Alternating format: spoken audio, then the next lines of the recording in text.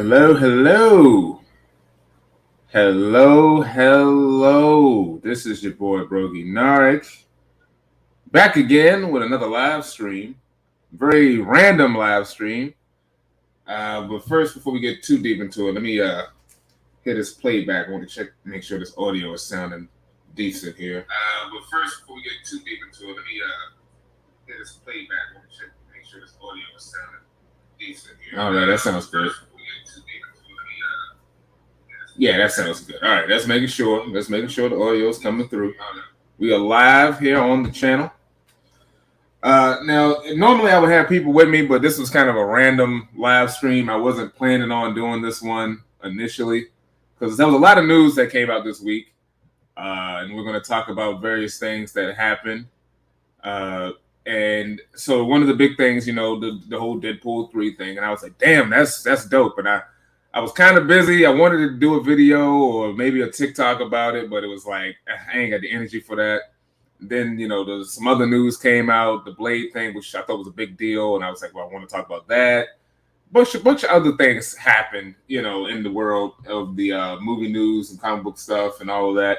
And I wanted to talk about it, so I just thought I'd do a random stream. If anybody's listening, especially people I know, if y'all want to hop in, y'all can hop in at any time. Also want to say thanks, because the channel has been slightly growing. I've been trying to hit a goal by the end of this year, and we're not close, but there is some movement happening. We're at 180 right now, which is dope, and continue to do that. So any of my new subscribers who might check this out, thank you guys, and previous subscribers who check this out, keep watching, keep sharing, and keep liking. So got some topics here. I'm gonna start with this first major topic, and it was the announcement of not only Deadpool 3, but this man right here. Oh shit! This man right here, Hugh Jackman, is back as the Wolverine. Holy shit! Now, this is great. It randomly happened, just out of the blue. I get off from work and I hop on YouTube. I'm seeing everybody posting like, oh, Deadpool 3, Wolverine. And I'm like, what the fuck is going on? Hop on Twitter and I see the tweet from Ryan Reynolds. It's the video. It's like one of those commercials where it seems like he's about to sell his fucking tequila or some other bullshit. And then he, has a thing where he's like, hey, Hugh, you want to join in the movie? He's in the background. He's like, sure. Deadpool 3. And I'm like, holy shit. Now, I completely forgot that I had called this a year ago. No, 2 years ago. Back when Jamie Foxx was was rumored to be a part of Spider-Man No Way Home. And I'm like, well, shit, if they can get Jamie Foxx back, they can damn sure break the bank to get old Hugh Jackman back for at least one movie. And I figured it would probably be like a Deadpool type of deal. Both of Fox, Ryan Reynolds, and Hugh Jackman have been playing this tit-for-tat game since the end of Deadpool 2. They've been, doing jokes and stuff about him coming back. So I knew it was bound to happen at some point, and I'm glad it did. But this is very interesting. I don't think that Hugh Jackman is going to be sticking around for like the foreseeable future as the main Wolverine. I don't think that's happening. I'm thinking he's going to pop in for this movie. Maybe he'll pop in for Secret Wars. I'm hoping he will. But this is great. The man, he gets a send off the proper way, because he was holding it down as the Wolverine. I had my issues with him as Wolverine, mainly because he was just a little too tall, but like he is Wolverine. Like there's no doubt about it. And Logan definitely sealed the deal on that one. And I know some people are upset. They're like, oh, well, this is gonna ruin Logan, and why would you shit on Logan? And that shut up, enjoy it. It should be fun. Also, this could be a variant, as they had the other video with Hugh Jackman and Ryan Reynolds. They were saying like Logan is set in the future. That was a great movie. We're not going to bother that. So either this is going to be that same Wolverine taken out of time before that, or it's going to be just another variant of Logan. I'm thinking it's gonna be another variant of Logan, and Deadpool, who already has his time hopping device that he had with was it Cable and Deadpool 2. I think he's gonna be using that. He's gonna be jumping around, fucking around, and I guess at some point he's gonna end up in the MCU. But it should be good. Now, the big thing that I need to know, and like I said, this is also going to happen because of Multiverse of Madness. Multiverse of Madness made this shit possible. They made billions of dollars with $1 billion with Multiverse of Madness. I could totally see this movie being $1 billion as well. But the thing that's going to help it and is crucial is that this movie needs to be rated R. And that is the one thing that they ain't said shit about just yet, which needs to happen. Deadpool 3 needs to be rated R. And if Deadpool 3 is rated R, that means that hopefully Blade will be rated R, which we'll talk about a little bit further. Hopefully the Thunderbolts will be rated R, because honestly, that's the only way I'm really excited about the Thunderbolts, if it's rated R. Because if it's going to be PG-13, I don't give a shit. We saw what James Gunn was able to do with a rated R Suicide Squad. I need a rated R Thunderbolts for me to even give a shit about that movie, because I'm already kind of about the lineup already. So that's what's going on with that. Hopefully, I know, are we going to bring back some of the original characters from the previous films? I can see Colossus coming back. I could see maybe Cable. They might have cameos, but maybe Cable with Josh Brolin, maybe Domino. I would love for Copycat to come back, because that was one of my problems with Deadpool 2. I think Deadpool 2 was funnier than Deadpool 1, but Deadpool 1 had the better story. And one of the problems with the Deadpool 2 is that they dropped the Copycat character, Marina Baccarin. They dropped her character, and that lost like the heart of the love story that was what the first movie was all about.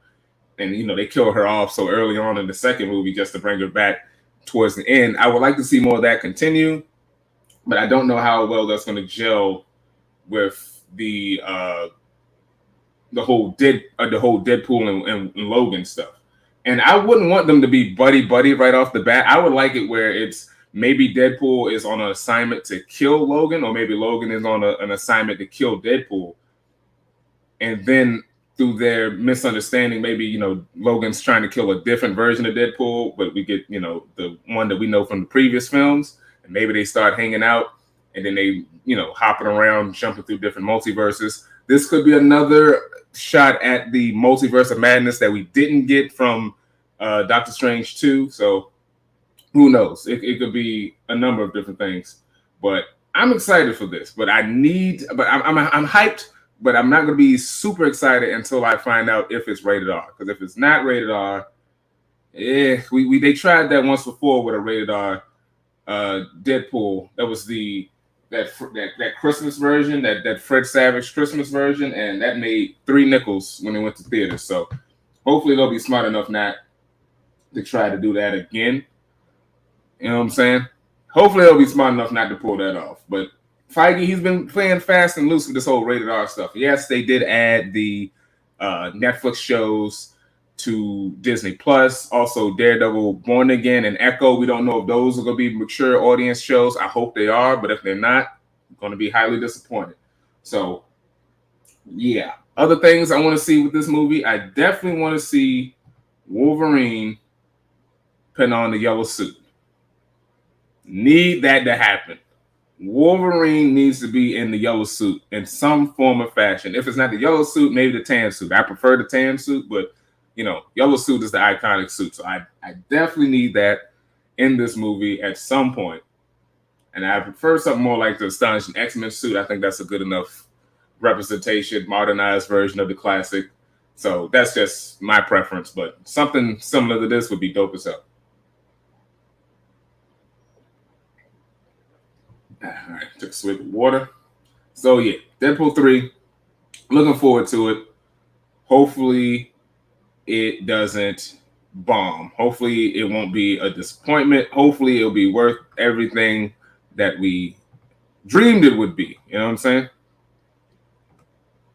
They can't miss. They really can't miss. If they fuck that up, that's going to be crazy. But yeah, that's another reason why the MCU once again is not dead. I know a lot of people complaining the MCU is dead, but Kevin Feige with some of these announcements, he's trying to show y'all, hey, we still got some stuff waiting for you. Now, another big thing that came out, which was a complete surprise, which also explains why they've been so coy about it, and it's the announcement that Armor Wars is now a movie, which blindsided. That was another thing that just blindsided us this week. They was just like, hey, Armor Wars is now a movie. It is happening. That was like a little joke I had on the show, especially with the last D23 presentation. It's like Armor Wars is still happening. They haven't really said what the show is about or made too many casting decisions. Who's the main villain? What is the story? When is it releasing? But now we know that it is going to be upgraded from a Disney Plus show to a movie, which I think is a good thing because I think maybe Kevin Feige is starting to realize. I think there's two things. Kevin Feige is starting to realize it because a lot of us who are watching the Disney Plus shows can clearly tell that most of these shows aren't really shows. They're just 6-hour movies cut into 6-hour 30 to 40 minute segments, which is annoying because that hurts the flow of the structure of most of those Disney Plus shows.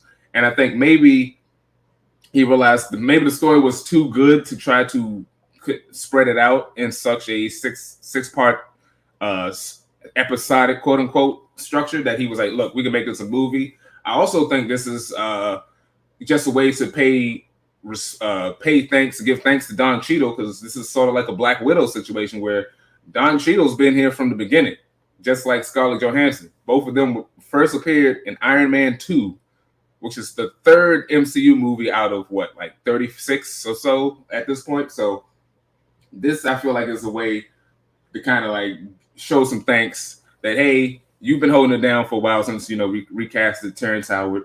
You've been great in all your moments, and he's had great little moments here and there. And I'm happy he's getting a leading role. He somehow was in Falcon and Winter Soldier for like 30 seconds and won an award. Like, I don't know how the fuck that happened, but Don Cheadle's a great actor. So I think them putting some respect on his name, allowing him to lead his own movie, I think is dope. It was also weird, still weird to me, but I guess this explains it now, why they separated Armor Wars and the Ironheart Riri Williams series into two separate things. Because I thought they could have both been the same thing, but now it seems like there's a bit more reason for that. And Ironheart could be given either I don't know if Ironheart's coming out after or before Armor Wars, but I think it would be interesting to have Ironheart be sort of more of she could be inspired by Tony Stark, but her being mentored by Rhodey, I think, would be pretty cool and pretty interesting, as opposed to her just being a fangirl of Tony Stark. So I think that's an interesting dynamic we can go with this. And she's supposed to be popping up in Wakanda Forever, and then maybe she'll link up with Rhodey after whatever the hell's going on in Armor Wars. And this also explains why her suit is maybe a little bit bulkier in the beginning, because it looks very much in the style of War Machine. So maybe she was getting some inspiration from War Machine. But Armor Wars should be very interesting. Now, we're going to have, who are some potential villains? I have some ideas for potential villains who could pop up in Armor Wars. First one would be, of course, Justin Hammer. We can finally have Sam Rockwell back as Justin Hammer, which I think would be fucking awesome. We thought he could have popped up in Hawkeye. He could have popped up in Black Widow. He could have popped up in Falcon and Winter Soldier. He could still pop up in Thunderbolts. Who knows? He could pop up in Captain America 4 with the whole, New World Order stuff. But Armor Wars being a movie, Justin Hammer has to be there. He's a classic Iron Man villain. He was a part of the Armor Wars storyline, if I'm not mistaken, him and I believe Obadiah Stane. So that would be dope. If I'm not mistaken, the Armor Wars storyline was like Tony's tech. It got stolen. I think he was like in some sort of fight, and like his tech got left behind, and a bunch of different criminals stole it and was reworking it and making their own stuff. And Tony had to go back and try to stop them. And that could be the case with this Armor Wars movie, because it seems like they specifically said it's taking place after Secret Invasion. So I don't know if it's like maybe some of the aliens came in and stole the tech, and now it's spreading out all over the place. But I think Justin Hammer would be a dope potential villain for Armor Wars. Next villain, the Power Broker, who popped up in Falcon and Winter Soldier. We don't know what the hell she's doing. She deals with arms deals. She deals with shady shit. She could definitely be one of the main threats in the Armor Wars film. Also, once again, bringing her back. She could also be in Captain America 4, but she could also be in this too. So Power Broker is another threat out there that I can see being a villain in the Armor Wars movie. There's also Xiling, who at the end of Shang-Chi, we saw that she took over the 10 Rings from her father. 10 Rings was a big threat in the background of the Iron Man franchise, and them coming back in a new way for the Armor Wars movie, which essentially would be Iron Man 4. This would be the second, sort of Iron Man franchise adjacent thing, which is kind of crazy. Hopefully, and I think that's also another reason why Kevin Feige looked at this and was like, hey, if we're going to touch Iron Man stuff, especially since we've killed Tony Stark off, we should probably pet this in theaters. And I think that is very, very smart decision. So Xiling, her new version of the 10 Rings could definitely be a part of what's going on with this Armor Wars, or Armor War. I keep saying Armor Wars, my Armor War. And the other villain potentially could be Madame Mask. I threw that in there because Madame Mask is another classic Iron Man villain, although her background is essentially Xiling's background, where she's the daughter of a powerful international crime villain and super criminal. So they could just make Xiling fit that role. But Madame Mask is another character that could potentially be a villain in this film. She I believe she first appeared already in the MCU, which is non-canon anymore. She was in Agent Carter series, I think season 1 or season 2. So possibility, but I'm just throwing that out there. But yeah, the Armor Wars thing is pretty dope. I was not expecting to hear anything about an Armor Wars for a while, and now that they're making it a movie, I think that's dope as hell. And like I said, put some respect on Don Cheadle's name. Don Cheadle's been holding it down. He had some of the funniest bits in, was it Endgame? Where he was talking about killing baby Thanos. Like, that shit was funny. Him and Nebula, they had some great chemistry. So I don't know. I'm down for it. I would love to see it. But y'all let me know in the comments or in the playback what y'all feeling about Armor Wars. Now, this is another thing I think is a good idea because MCU is dying. I think this is another way to keep it fresh, giving a long-time character some spotlight. Hopefully, like I said, it will do better than Black Widow, because Black Widow it felt like it was a little too late, and also it was a prequel, so we already knew kind of where it was going. But it did give us Florence Pugh as the new Black Widow, so that was the shining moment out of that. But once again, hopefully this film will be dope as hell. Now, another thing I didn't want to talk about, but it was a rumor, heavily rumored. I'm not too excited about it, but it's the rumors of the Red Hulk recasting. It's been rumored that the Red Hulk, this has popped up on various news sites, comic book news sites specifically. It hasn't been confirmed just yet. The scoopers out there talking, and sometimes they're right, sometimes they're wrong. But it's being rumored that Marvel is looking to recast Thunderbolt Ross, who was played by William Hurt, who recently passed, I believe, earlier this year, if I'm not mistaken. It was either earlier this year or sometime last year. I believe it was earlier this year. He passed away. And it's being rumored that they want to recast Thunderbolt Ross with Harrison Ford, which, if you ask me, does not sound believable. Now, okay, it's potentially believable that they would ask him to fill in the role. It doesn't sound believable to me that Harrison Ford would agree to take up this role. That sounds absolutely ridiculous to me. Now, Harrison Ford is a known actor, great actor, but we also know that this man is very cranky and he don't give a fuck about franchises unless it's Indiana Jones. He's got Indiana Jones, he's got Han Solo. He could give less of a fuck about Han Solo, but he loves him some Indiana Jones. And after seeing, him kind of break down talking about Indy 5 and the footage from D23. I don't see this man then jumping into the MCU just to play General Ross and potentially be, voicing over for a CGI character. I don't see her. Excuse me. I don't see Harrison Ford doing no shit like that. So, this rumor sounds a bit ridiculous, but yeah, and this of course would lead into the Thunderbolts, because I feel like, if you're gonna do the Thunderbolts movie, Thunderbolt Ross should be in your movie. Recasting with Harrison Ford, though, I think is ridiculous. But it's being rumored through this guy Jeff Schneider on Twitter. He broke the news here. Oh, skipped ahead too much. Broke the news here saying, they don't know if he confirmed it or not. I don't think it's happening, but I could see them potentially asking him to do this. But I can also see Harrison Ford saying, fuck no, I'm not doing that. And why get Harrison Ford when Sam Elliott he's right there? He played the character first in the Ang Lee movie, which is, once again, it's loosely canon. That's the thing about the Incredible Hulk from the MCU. They don't go over the origin story, but it's heavily implied that the origin story is essentially what happened in the Ang Lee film. He ends up, the movie starts with him in Brazil. The Ang Lee movie ended with him down in Brazil or South America. So, they kind of left it open-ended like that. But you can recast. We got a multiverse. You can just bring Sam Elliott back. He's, old white guy, white hair, mustache. He's a little bit, and I do mean a little bit, younger than Harrison Ford. Harrison Ford is 80. Sam Elliott is 78. But fuck it. It's like, I wouldn't mind them casting slightly younger, but I couldn't think of anyone outside of this. But just get Sam Elliott. Sam Elliott, I thought, was better in the role than William Hurt. Although William Hurt didn't really do a hell of a lot, even though he had maybe 2 or 3 appearances.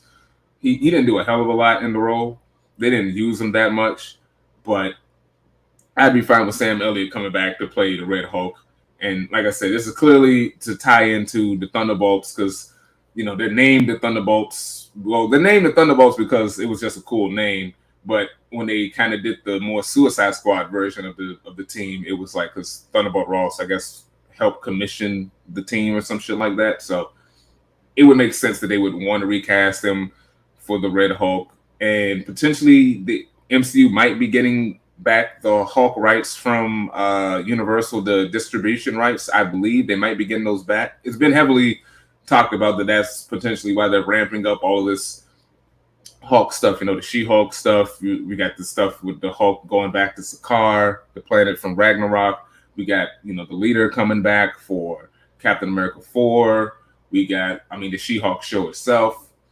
And we have the Thunderbolts happening. So they might be ramping up. There was rumors that they were going to do a World War Hulk series on Disney Plus. That was rumored around Comic-Con and D23. So they might be gearing up to bring the Hulk back, but I just think it's ridiculous that Harrison Ford would come back for that. I don't see it happening. That's just me personally. But y'all let me know in the comments what y'all thinking about that one. But like I said, it was getting a little bit of traction, so I just went ahead and talked about it. You know what I'm saying? But once again, Harrison Ford at this point, Harrison Ford don't want to be doing a bunch of big films where he's got to worry about being, a CGI monster and all. He don't want to do no shit like that. So I don't know. Good luck to him. Like I said earlier, if Thunderbolts ain't rated R, I ain't giving a shit for real. All right. So next big thing, which was a big thing, which it seemed like early in the week, this was like the reason the Deadpool stuff was announced was to be sort of the sugar before the medicine. When we got the news that Blade might be broken right now, man. Blade might be broken. It has lost its previous director. MCU Blade has lost its previous director, Tariq Bassam Tariq. He's stepping down as the director for the film. There's talks that Mahershala Ali is upset with the process. And this would also explain why we haven't really heard a hell of a lot about the film, because every time there's news about other new projects, everyone's like, yo, but what about that Blade, though? like what's going on with Blade? Like y'all been real hella quiet about Blade now. Who's writing, who's directing, who's acting, who else is in the cast? And we got nothing at Comic-Con. We got nothing at D23. And I'm like, yo, what the hell? And there was confusion on it going into production. It was supposed to be going into production this November, and now the director, Bassam Tariq, has dropped out. There was a rumor that there is script issues. They were saying like there's like 2 lackluster action sequences. Mahershala Ali is frustrated with the process, and it sounded a mess. It definitely sounded a mess. So we got that going on, and I'm very disappointed to hear this because I was very excited about Blade. But once again, like I said, is it going to be rated R? Because if it ain't rated R, they can keep that shit. And I think that might be one of the things that's hurting this film is they're trying to make it not rated R, and it's just not hitting like it needs to be. Mahershala Ali is said that he was the one that talked Kevin Feige into not only doing a Blade movie, but casting him as Blade, which, if he's excited to play the role, that's great to hear. And if Kevin Feige is going to do something serious, I once again, needs to be rated R because I don't want a PG-13, excuse me, I don't need to see a lame PG-13 vampire movie. When has there ever been a good PG-13 vampire movie? You can't really name too many. So, or PG-13 or PG, can't name really too many. So, they need to get it together. They had one writer. They were saying script issues. They had one writer, Stacey Osei Kufu, who was attached. And then apparently there's a new guy that they attached, Bo DeMeo, who's worked on other MCU projects. He's now attached to helping write this. But they need a new director. The film is supposed to be coming out November 3rd, 2023. I don't know if it's going to make that time. They should probably push the date back a little bit, especially if they still need to find a new director. But I want to talk about some people who could potentially be new directors for the Blade film. This got my juices flowing. Because when they first announced Bassam Tariq, I was like, who the fuck is that? Most people have not heard of this guy, which is sort of the classic MCU thing that Feige does. It's like, who's a director that people don't know or has a little bit of buzz? Let's get them in. We can still pay them for less. We can also still bullet them a little bit because they're not that experienced. And hopefully we can get something out of them, like, say, Ryan Coogler with Black Panther, or the directors whoever the 2 directors that did Captain Marvel. Yeah, that movie made $1 billion, but the direction was one of the weakest things about it. That's why they didn't bring them back for the sequel. But when they announced this guy, I looked at his IMDb. He's only done like one like feature film. He had mostly done like documentary type stuff and short films. So I don't know why this guy was hired in the first place. Like, just looking at his track record, I'm like, he doesn't really do any horror. Didn't seem like he had any experience with like action or anything. So I don't know why this guy was hired. They're saying he left because of scheduling conflicts. I just think it just wasn't gelling, so they got him the hell up out of there, which has happened before. The same thing happened with the guy that directed the first Doctor Strange, and then he got let go, and people was capping like, oh, they should keep him around. And then, Sam Raimi was attacked, so then everybody, was hyped about Sam Raimi coming back. And I can see a similar thing happening with this. So I got a list of potential directors who could be there, who could be a part of the Blade film. And no disrespect to this guy, Bassam Tariq, but, Blade is a popular Black superhero. And is it really out of the realm to get a, Black director to direct such film? I'm not saying it needs to be a Black director. The first 3 Blade films didn't have Black directors, and 2 out of 3 were awesome. Speaking of which, I finally saw Blade Trinity. It's not good. It's not as terrible as, it's not a good movie, don't get me wrong. I thought it was going to be a lot way worse than what, it's built up to be. And it's not as god-awful, but it's not good, especially by the standards of the previous 2 movies. But like I said, you don't necessarily need a Black director to direct Blade, but it would be nice. So I got a list. I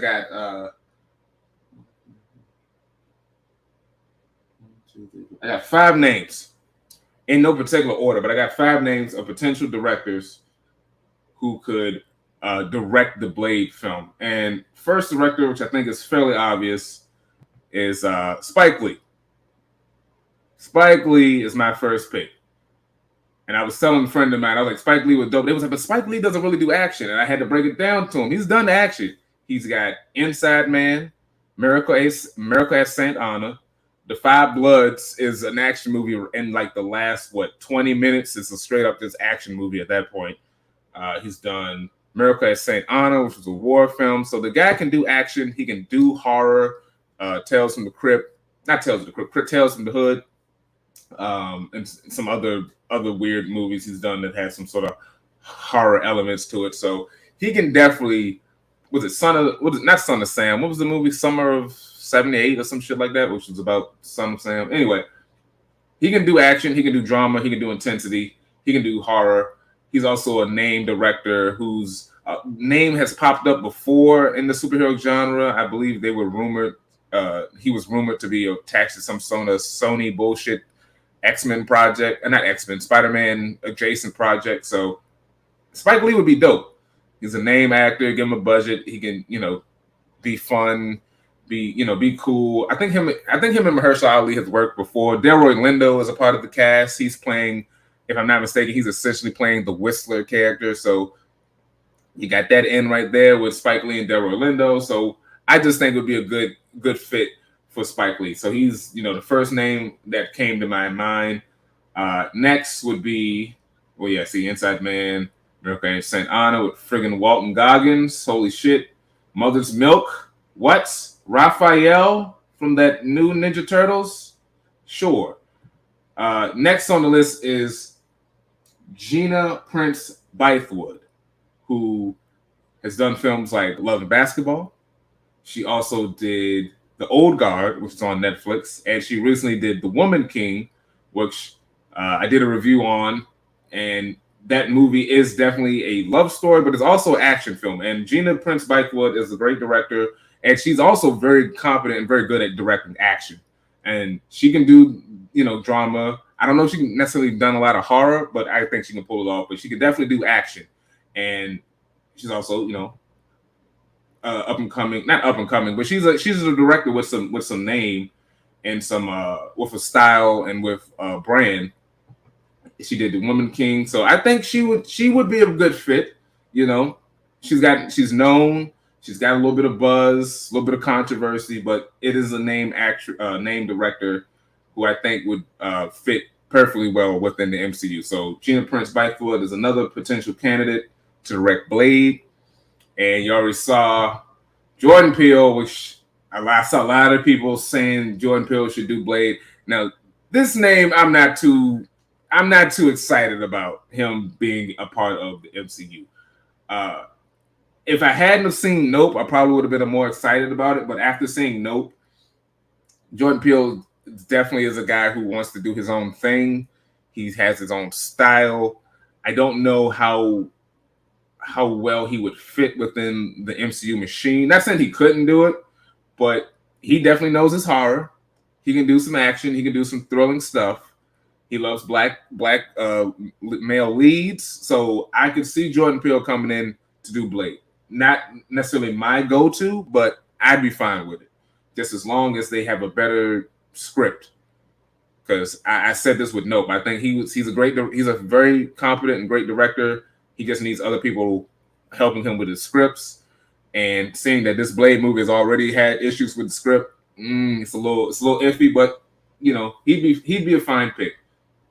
Going with the horror and the action with Us, like I said, Get Out and all of that. So not a bad pick. Not, like I said, not my top choice, but a solid pick.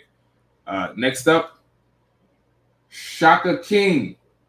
You're thinking, who the hell is Shaka King? Well, he directed Judas and the Black Messiah, which got a lot of awards, a lot of buzz. I wasn't blown away by that film when I first saw it, but on the second one, and I think it was just because I was in the mood when it came out, but on the second, like when I really think about it, it's a really good movie. It's about Fred Hampton and his chapter of the Black Panther Party getting infiltrated by a fucking rat and him getting set up and killed at a young age. And it has some action in it, has some good drama in it. He has a good style too. He's also friends with Ryan Coogler. So he's probably the most likely person they would get. If out of my list, he's the most realistic person, I think.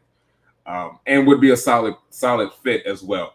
So Shaka King directing Blade, I could totally see it.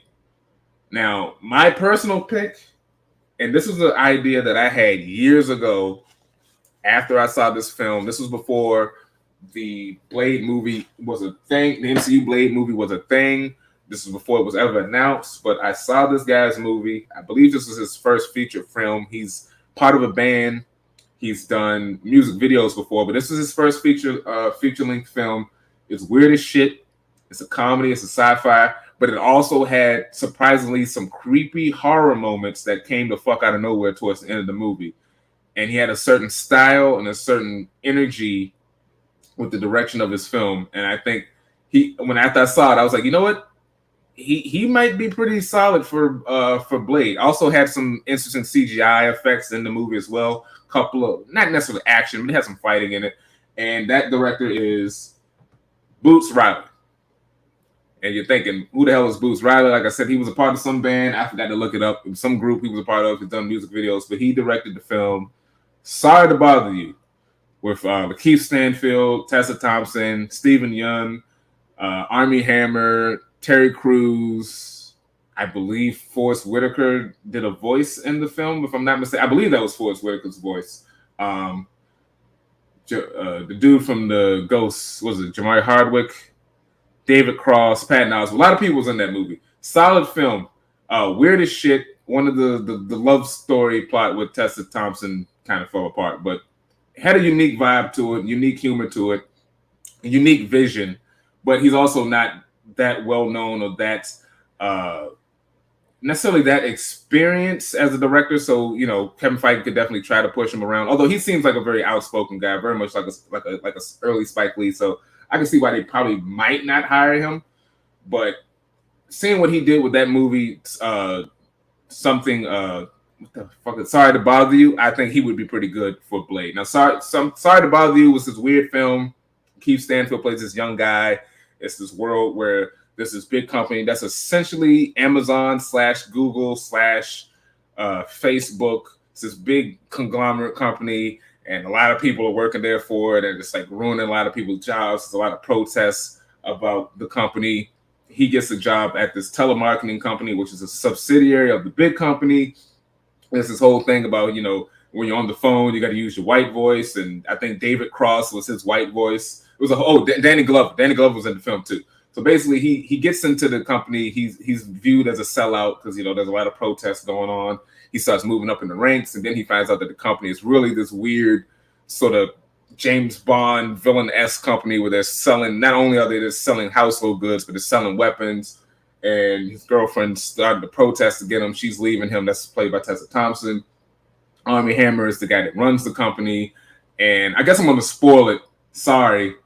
If you don't want spoilers, so sorry to bother you. But you find out that Armie Hammer's company is starting to replace the workers with these weird horse people. You heard me right. There's weird horse people where they're turning humans, they're modifying them into these weird horse people to be the new labor force for the company.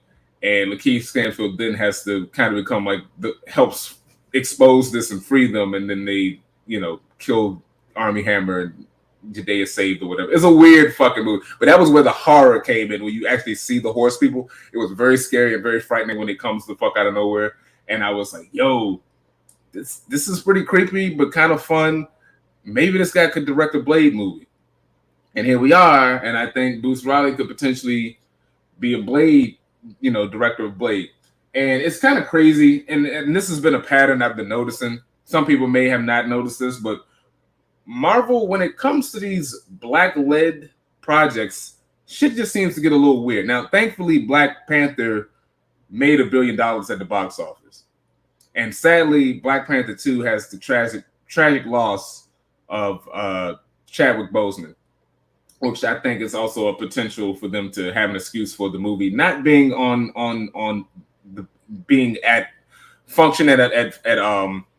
at full capacity, like them to kind of be like, well, we had to deal with this, we had to deal with that, so that's why we kind of gave you a trash product. Hopefully, that's not going to be the case. Hopefully, Ryan Coogler will not fall to that. But it seems like this Blade movie seems to have been struggling for a while. They, the way they ended Luke Cage. I mean, they ended all the Netflix shows, but where it was like, the director was working on Luke Cage season 3, then out of nowhere he just got fired. The way they handled. Now they did a decent job with Falcon and the Winter Soldier, but the way they've been kind of half-assly promoting Anthony Mackie as the new Captain America, they've been dragging their ass to really put him in the spotlight, like, this is our new Captain America. Things seem to get a little shaky with the MCU when it comes to the Black-led projects, and now that they got this inexperienced director, and now he's gone, the script ain't acting right.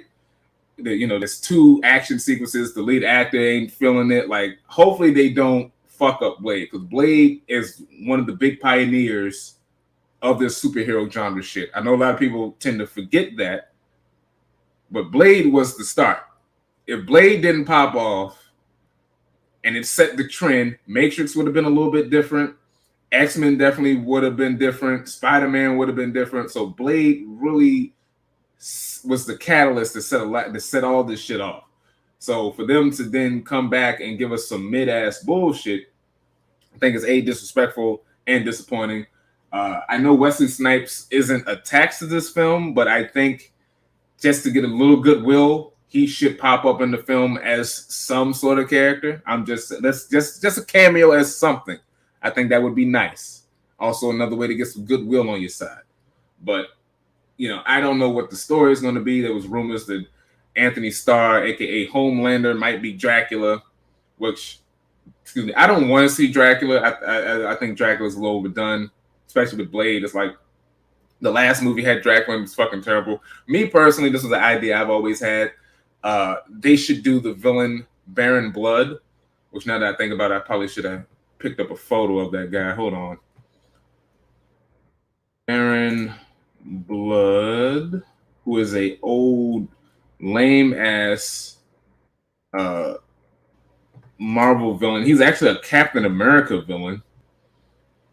He's got a weird fucking costume.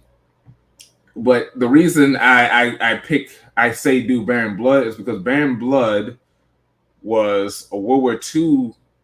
He was he was a Nazi, although I guess in the MCU that would make him. He was Hydra.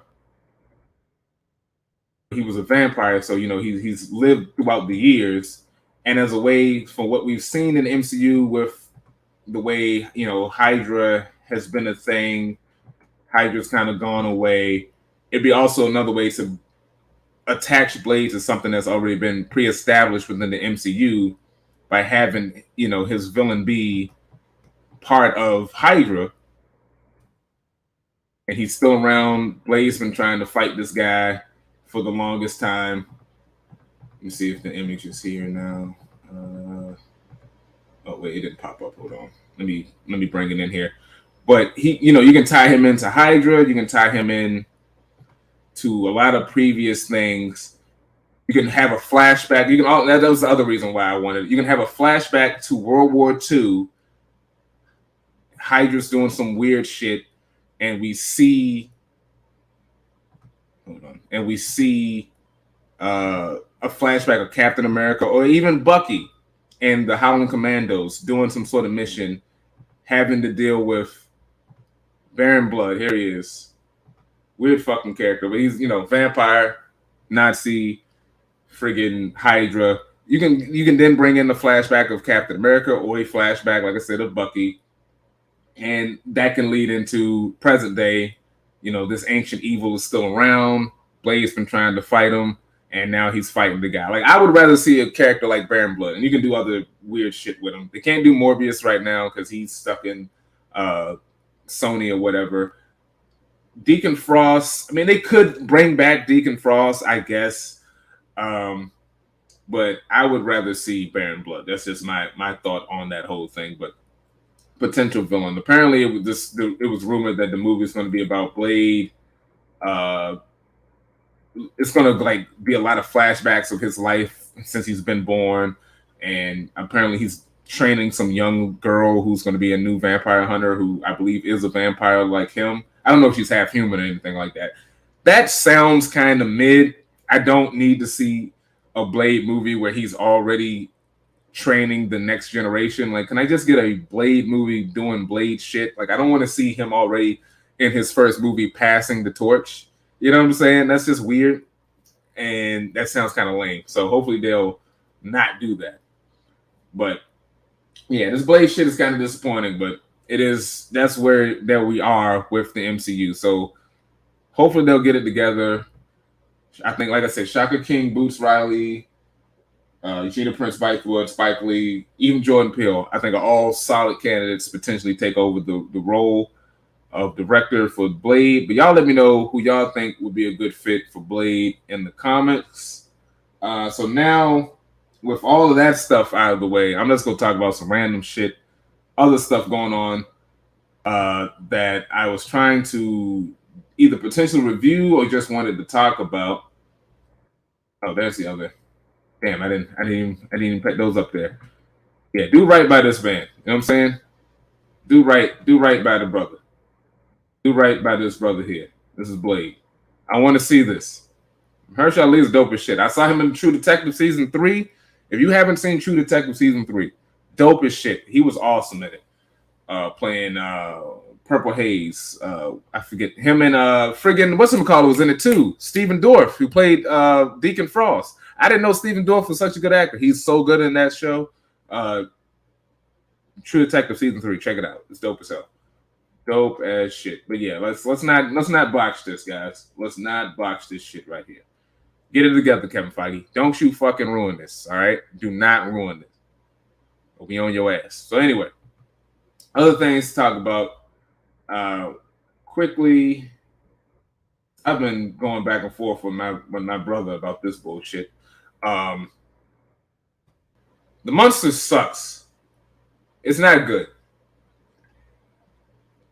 Movie recently dropped this week on Netflix. A lot of confusion because we thought it was going to be on Peacock because I believe Universal owns the rights. So it just seemed like Universal would be the ones to Peacock would be the ones to have this, but nope, they sold it to Netflix because they knew it did when they saw it. Rob Zombie's The Monsters is not good. I was morbidly curious to see it after that first teaser drop. It was all black and white, and I was like, okay, like it looks like the show, but it still looked cheap, and I don't know why it still looks like the show and cheap in modern age. But seeing it, in color and all, it's too long. If this movie was like 40 minutes, like a 40-minute special, maybe, but it's an hour and 47 minutes and it's dragged the fuck out. It's not funny. The acting's not great. Herman is okay. I think the grandpa was the best out of the three, and Rob Zombie's wife playing Lily is terrible. Very one note, very, very not good. The jokes are very sophomoric. If this came out in like the 60s or the 70s, it probably would have been good. But like for modern time, it felt a little too outdated and not in a good way. I get what he was trying to do, but still, just no, it was too much. Should have been shorter, and it needed to be funnier than what it was. But check it out if you want to. I was potentially going to do a review. I got like a little bit past the halfway point watching it, and I was just sitting there like, why do I hate myself? Why am I still watching this? So I cut it off, and that's the end of that. My brother watched it. I'm concerned about my brother. I think he's older than me, and I think he might be going into the early stages of dementia, because he was like, "Oh, it's so bad, but it's good. It was meant to be bad." I'm like, "No, bro, this shit is terrible." And he's like, "Yeah, but this is what Rob Zombie wanted to do." And I'm like, "Yeah, I know. I get that's what he wanted to do. That's why I'm not completely shredding it, because it is his vision. I just think his vision was trash." So that's, The Monsters. Nah. I ain't even, like I said, didn't even finish it. I ain't trying to go finish it. But yeah, that's what I think about The Monsters. Not good. Another thing I want to talk about real quick. Andor, Star Wars. Got the Andor series. It's on Disney Plus. Could have did a video when they first dropped the first 3 episodes, and episode 4 recently dropped. And I gotta say, I'm digging it. Andor wasn't a series I was A, checking for, B, wanted to see, C, thought I was going to give a shit about. But the trailers all look great. And I have to say, the show is really good. Really good. I think the biggest problem for me is going to be the fact that it's 12 episodes. And 4 episodes in, I can tell, even though I'm liking it, it is slow pace. And I can tell that they're going to be dragging this story out. And 12 episodes is definitely a mistake. I think at the most it should have been 8 or 9. I don't see why they're doing 12. The pacing is a bit of a problem. Because even though the stuff that they're giving us is good, it's still kind of like, do we need to see all of this? Like, does it need to be this drawn out? I don't know. Action is solid when it happens. The acting is good. Stellan Skarsgård, I think, is my favorite character so far, though. Andor is fine, but like Stellan Skarsgård's character is pretty fun. He's like some. I thought he was gonna be a politician, but he's like a historian, and he owns a museum. But it's really a front for him to help fund his the rebels fighting against the Empire, and it's just like the earlier stages of the rebels getting together. Him and Mon Mothma are working together, trying to get certain things done and pass. And Andor's like this. He's a scrappy guy who's willing to kill, willing to fight, and willing to do what's necessary to, stand up against tyranny.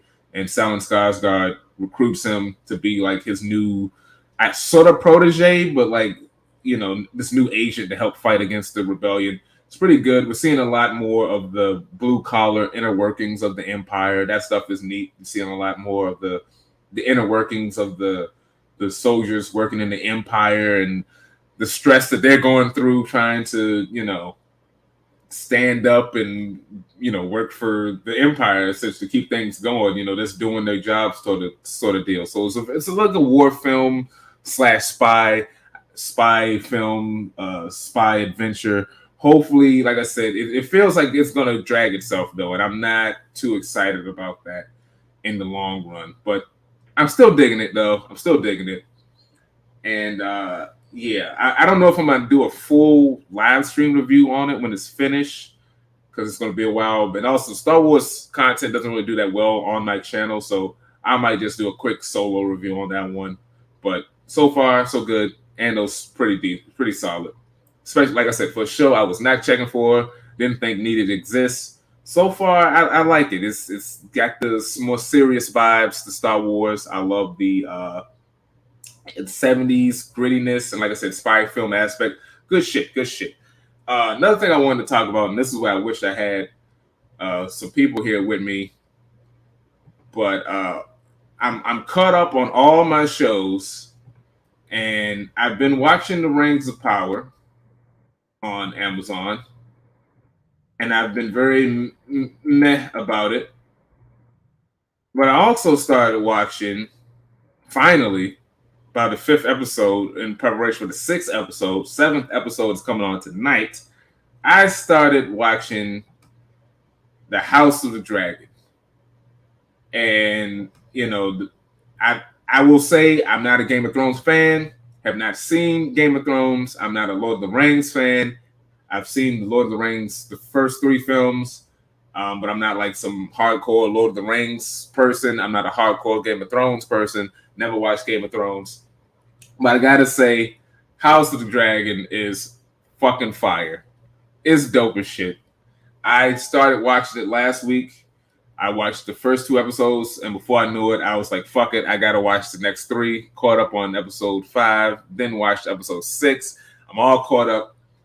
It's a fun show. Well, yeah, it's a very engaging, interesting show. A lot of intrigue, a lot of brutality.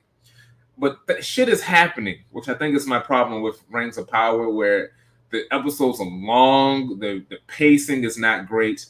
The acting, or at least the dialogue, is very flowery, which I know is like Tolkien style, and it was also in the Peter Jackson films, but it doesn't sound as believable or as good as it did in those films. Some of the dialogue feels a bit like it's trying a little too hard to be inspirational or flowery. both shows are both dealing with racists just being mad because non-white people are in the show. That's on y'all. Y'all gonna have to deal with that. But I like the black dude in and his family in House of the Dragons, and the black elf and the black dwarf and all the other people in the show are fine. The black elf is still my favorite character, and the black dwarf lady, the queen, the princess of the dwarfs, she's dope. With her, I guess it's a Scottish accent. I don't know. Anyway, but they're dope. All the dwarves are dope. But I don't like Galadriel in the show. I don't like her character. She's annoying as shit. I don't like. What else I don't like? And I don't like the Harfoots or the Hobbits. I think that shit. I was fine with them sort of early on, but the storyline with them dragging the giant with them, or the quote unquote giant who is, I don't know, Gandalf or Saruman or Sauron. I don't know who the fuck he is. They need to start answering some questions. That shit is boring and annoying as shit, and I don't care about it.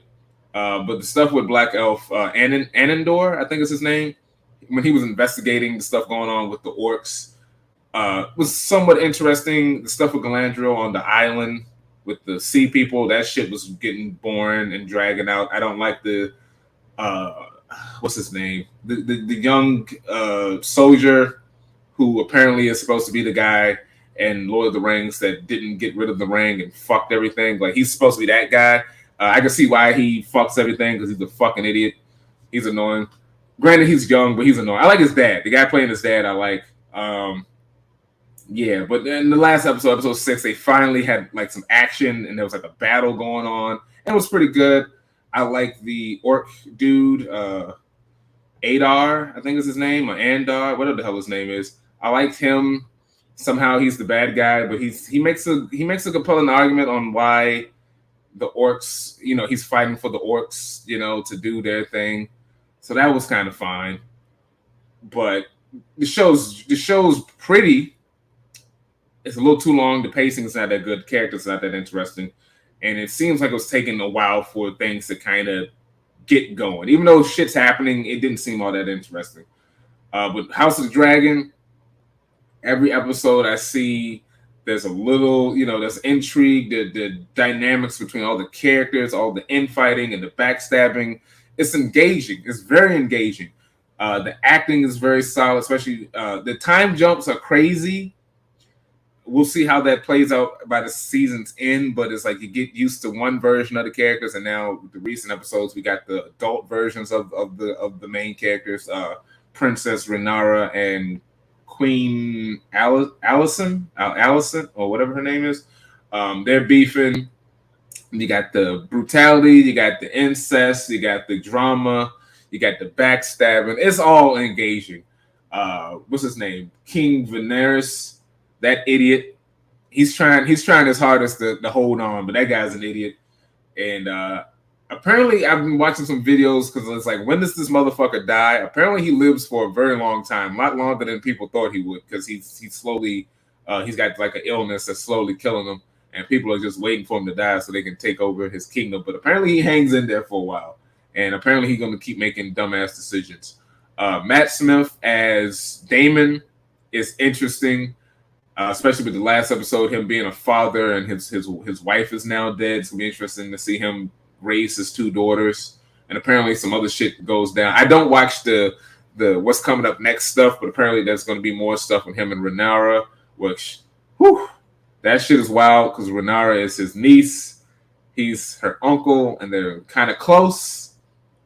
And things might be getting a little weird. There's a lot of incest going on in this show. I mean, the man Daemon is technically married to his cousin's kids, so it's weird. The king is married to his daughter's friend. I've been watching some videos kind of explaining the differences between the book, like how the Alicent and King Viserys marriage is not as controversial in the books as it is in the show, because in the books she's actually 19 when they get married, as opposed to in the show where she's like, I don't know, 15 or 13 or so when they get married, and she's like around the same age as his daughter, which is definitely more scandalous. So I get why they changed it for the TV show. It stands out more. You know what I'm saying? But yeah, so I've been digging the show. I'm glued. I'm plugged in. I'm in tuned. Y'all let me know what you're thinking about House of Dragons, Rings of Power. Which one you like more? Are you liking both equally? I'm still watching Rings of Power. Well, and that's the other thing. They apparently that show's got to be 5 seasons. I don't know how the fuck they go stretch that shit out to 5 seasons, but God bless them. Because from what I'm hearing, what they can actually use legally for the Lord of the Rings, they ain't got a lot of the material they can use. So it seems like there's gonna be a lot of filler that they're gonna have to stretch this shit out with. So good luck on that one.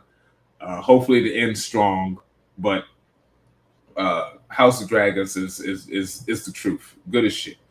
But yeah, that's pretty much all the recent stuff happening that I wanted to get off my chest. Didn't want to have to make a bunch of individual videos about it, so just do a big old live stream. Excuse me. If you guys check this out in the playback, don't forget to like the stream, subscribe to the channel. Like I said, we're still growing, trying to trying to hit a goal by the end of the year. We're slowly getting there. I don't know if we're gonna cross it, but hopefully we will, or at least get close to it, damn near close to it. That would be appreciated. But yeah, thanks for watching, and yeah, I'm gonna end it right here. Stay tuned for more, guys. All right, peace.